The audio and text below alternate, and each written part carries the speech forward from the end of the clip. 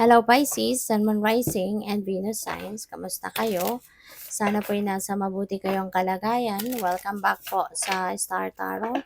At kung bago kayo rito, welcome din po kayo. Please subscribe, like, share my videos, and leave me a comment kung nakaresonate po kayo. Thank you.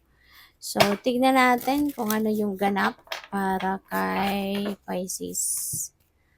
So, we have the Knight of Air. So, si Knight of Air, this is someone na very motivated, determined, matalino, maabilidad, magaling, yung ganon. Magaling siya sa mga decision making, yung ganon, no? At mabilis din siyang umaksyon, diba? Mabilis siyang umaksyon. This is a fast-moving energy. Kaya po pwede rin na merong mga, kunyari, may mga pagbabagong mangyayari sa buhay mo, mabilisan ang transition.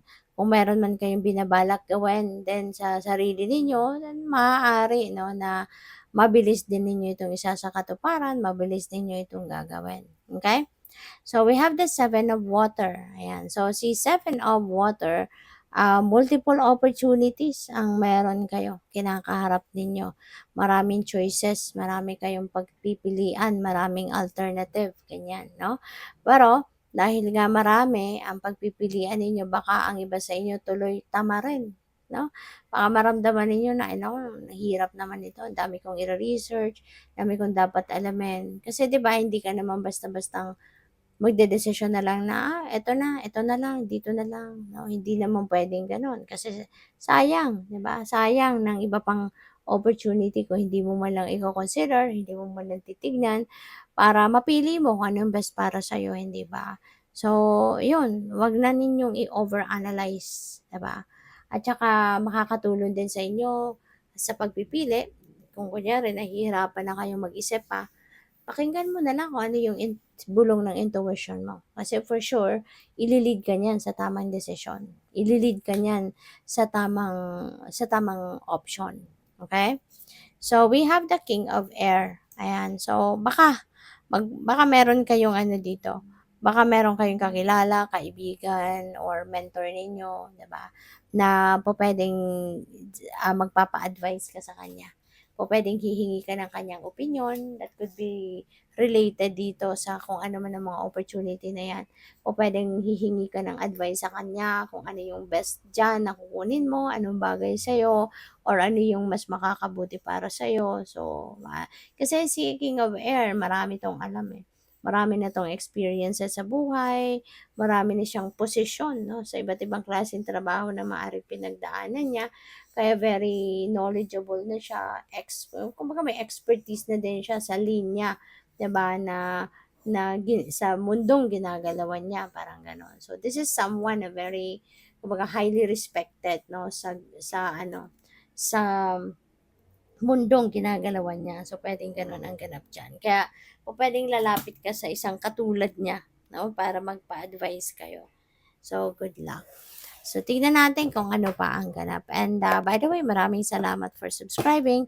And if you haven't subscribed yet, subscribe na kayo. And also, maraming salamat din for not skipping the ads.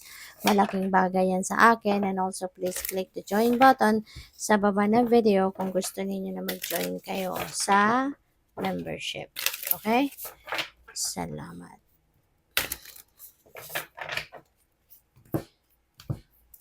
So, we have the wise counselor. Ayan. So, baka si King of Air din ito, no, na wise counselor. Tata yung wise counselor sa buhay mo. So, maaari talaga na you are going to seek for advice from other people. Baka naguguluhan ka. No? Baka naguguluhan ka ngayon or baka masyado kang na-overwhelm sa changes no, na nangyayari sa buhay mo. Kaya parang kailangan mo dito ng mentor, kailangan mo ng advice ng iba para hindi ka maligaw, hindi ka ma-overwhelm at makapag-focus ka. So, we have Three of Air. Ayan. So, si Three of Air, ano to heartache, heartbreak na maaring pinagdaanan ninyo. Pero tapos na siya. No, nangyari na to, nasaktan na kayo ng kung sino man.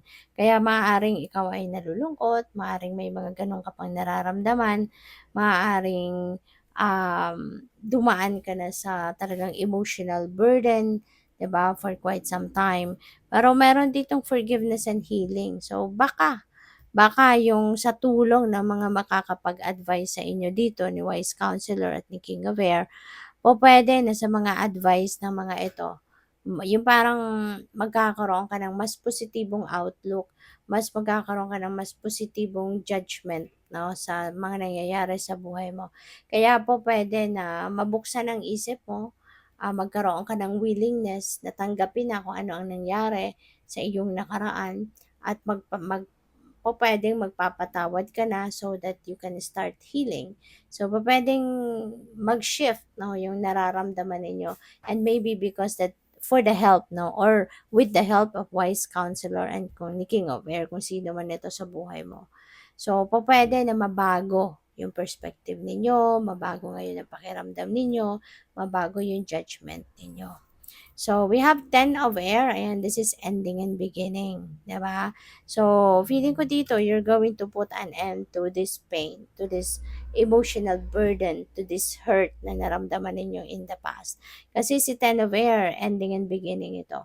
So, may tatapusan ka, and most likely, yung sama ng loob ito, yung sama ng loob, yung galit, yung mga resentments na yan, yun ang tatapusin mo na. You're going to cut off your connection with that, no? At pwede ka na magsisimula ka na ng bagong buhay. Kumbaga, makaka-recover ka na. Now, this is going to be the start of you moving forward in your life, moving on. Mas pipiliin mo na dito na magbagong buhay, makaluwag-luwag ng inyong pakiramdam, maging maaliwalas na ang takbo ng pag-iisip mo, with the help of these people, 'di ba? So, 'yun. So, maganda na makaka-recover ka na diyan kasi papunta ka na sa healing process. Maghi-heal na din ang puso mo, matatapos na din ang paghihirap ng dibdib mo, matatapos na din yung sama ng loob, yung bigat na nararamdaman mo. So, 'yun, maaaring 'yun na ang mag-aano ka na, kumbaga, you're going to disconnect yourself from this sama ng loob, hirap, pag-iyak, sadness na naranasan ninyo in the past. So, we have 4 of air at yan, magpahinga ka at maaari na sa pamamaraan nito, no, magme-meditate ka, maaaring magko-contemplate ka, magre-reflect, 'di ba? So, maaring isang bagay din ito na gagawin mo na malaki ang maitutulong sa'yo, kaya siguro kayo makakarating na doon sa point na you will be willing to forgive na, you will be willing na to move on sa buhay kasi napagmuni-munihan mo na, na-examine mo na siguro yung sarili mo at nakapag-isip ka na ng mabuti. No? And ngayon, you are prioritizing your well-being na. Kasi mas maganda ang pakiramdam, mas maluwag ang pakiramdam, magaan ang pamumuhay kapag wala ng galit, wala ng resentments, wala ng sama ng loob, hindi ba? So, good luck. Thank you for watching. Love and light. Namaste.